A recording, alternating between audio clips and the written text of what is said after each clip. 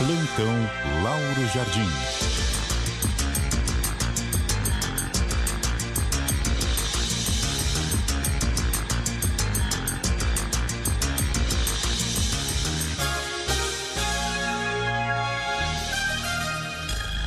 Muito bom dia para você, Lauro Jardim. Bom dia, Milton. Bom dia, Cássia. Bom dia, ouvintes. Bom dia, Lauro. Lauro, as informações que estão nesse relatório da Polícia Federal, que foram divulgados pelo STF, ou liberados pelo STF, só tornam ainda mais complicada a situação do Daniel Vorcaro. Pois é, Milton. Antes de mais nada, é obrigatório dizer que essa decisão de ontem da segunda turma do Supremo de manter presos o pai e o primo do Vorcaro deixa o Vorcaro numa situação, num cenário complicado também. Pelo seguinte, Milton, tirar os dois da prisão seria uma espécie de gol para o Vorcaro. Mantê-los presos é exatamente o oposto disso. Tirar os dois da prisão significaria, na prática, uma possibilidade real do Vorcaro alcançar esse mesmo benefício em breve. Seria uma espécie de atalho para ele atingir esse benefício numa segunda etapa, num recurso que os advogados dele impetrariam muito em breve na segunda turma do Supremo. Só que o ministro Gilmar Mendes ficou sozinho no plenário da segunda turma. O voto do Gilmar para dar prisão domiciliar para o pai do Vorcaro e libertar o primo do Vorcaro foi um voto solitário, não foi acompanhado por nenhum outro ministro, ou mais especificamente, não foi acompanhado pelo ministro Nunes Marques, que era com quem o Gilmar contava para empatar a votação e assim dar com o empate a vitória ao pedido das defesas dos dois acusados.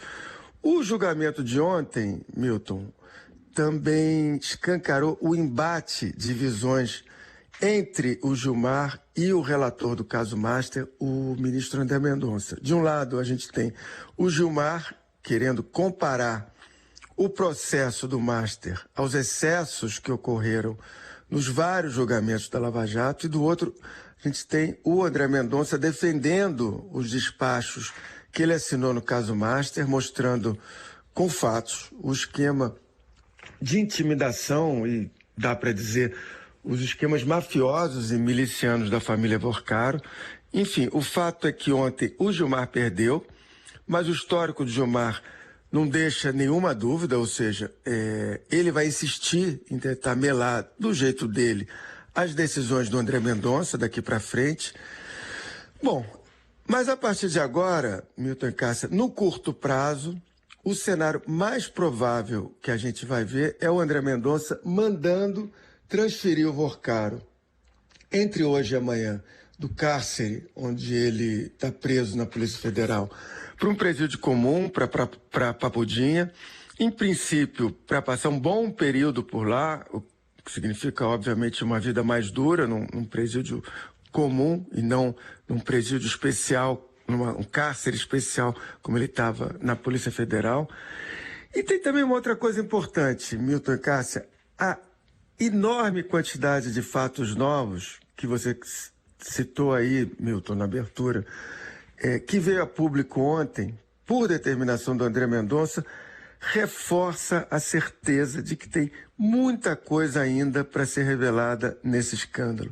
Só o cardápio de ontem, para lembrar aqui de fatos novos, incluiu mais ameaças a adversários, incluiu mais pagamentos de mordomias para parlamentares, em especial hotéis e restaurantes estrelados para o presidente da Câmara e também para o senador Ciro Nogueira. Incluiu também uma ordem dada pelo Vorcaro para que a turma dele de milicianos, de capangas dele, promovesse um falso flagrante de drogas para culpar um ex-marido da namorada dele, enfim. Só que, de modo calculado, o ministro André Mendonça retirou o sigilo de trechos da investigação do Master, que continham essas informações que eu citei agora, poucas horas antes do julgamento na segunda turma, e esses fatos novos todos apareceram, o que deu muito mais substância aos votos para manter o pai e o primo do Vorcaro presos. E a consequência de todas essas revelações, a gente vai ver em breve, em forma, Milton e Cássia, de novas operações de busca e apreensão, de mais prisões, e também do surgimento de novos personagens poderosos no caso Master, que ainda não apareceram. Não foi à toa que ontem o ministro André Mendonça, lá pelas tantas do julgamento, ele avisou: tem mais coisa por vir. Agora, se tem mais coisa por vir, tem a possibilidade de haver uma proposta de terceira delação? Cássia, tecnicamente, uma terceira proposta de delação é possível. É muito mais difícil de ser concretizada, mas é possível.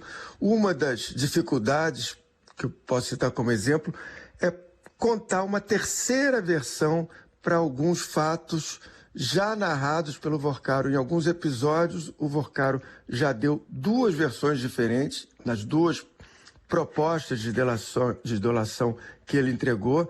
Imagina agora dar 3 versões diferentes sobre o mesmo assunto. Isso é um problema. Ainda que isso já tenha acontecido em outras delações, Cássia, e o exemplo mais forte que a gente tem disso é a delação do Mauro Cid, que era o ex-faz-tudo do Bolsonaro, que fez exatamente isso. Aliás, deu mais de 3 versões para os mesmos episódios, e a delação dele acabou sendo homologada.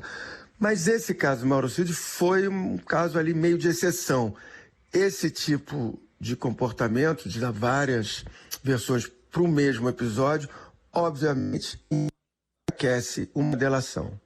Muito obrigado, Lauro, pelas suas informações e sua análise. Bom dia para você. Até mais. Bom dia para você, Milton, para você também, Cássia, para os ouvintes, e até sexta. Até sexta.